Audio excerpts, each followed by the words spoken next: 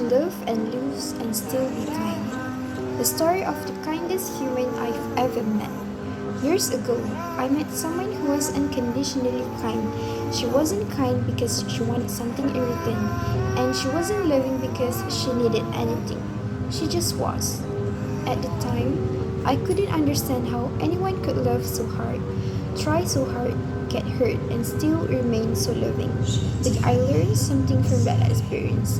No one can ever take away your kindness or your love. Only you have the power to take this away from yourself.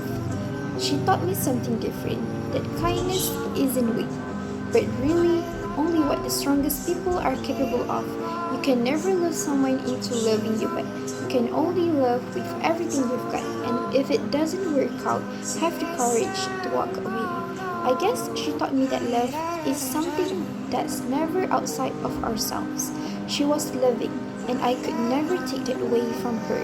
If I'm being completely honest, back then I resented her for that because I didn't have the space to recognize what an amazing human being she is.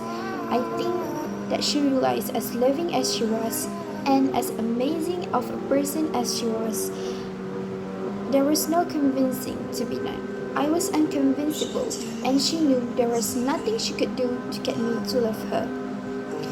Looking back with open honesty, I think this was true.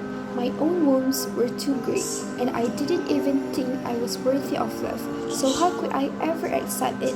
So if you just have to love someone because you realize you could no longer try to convince them to love you, you did the right thing, and you did the most loving thing you could do. No one can be forced to love you back. This doesn't mean you're unlovable or not enough, but maybe it just means you're not meant to be with them. It's funny because now I recognize how loving she actually was and how hard it was for her to walk away, yet still what she chose. I may not be in love with her, but I will always love her for that. When you stop loving someone, the best thing you can do is to just let them be and not try to make them love you back. The best thing you can do is just love them with everything you've got. The pain isn't the love itself, but the resistance to what the outcome is. Love is not something we receive outside of ourselves, and she was the paragon of this idea because eventually she realized that because I didn't love her back, the most loving act she could do was to let go and walk away. Her making that choice was the reason why she could find her happy ending. She obviously moved on, met her husband, and even had a daughter. The reason I wrote this is as a reminder that being loving and giving it your all doesn't make you wrong, but maybe you're just giving it to the wrong person. No one can take your love away from you. As hurtful as I was as a person, there was nothing I could say or do to take that spark away from her. To this day, it's still a humbling reminder for me. She really is the best of us, and that there is no such thing as caring too much.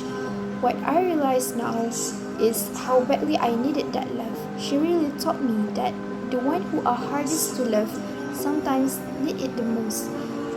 With her, it wasn't about being kind to someone who deserved it. She was just kind.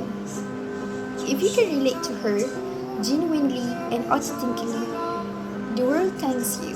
We need more people like you in the world. However, your kindness should never take away from yourself.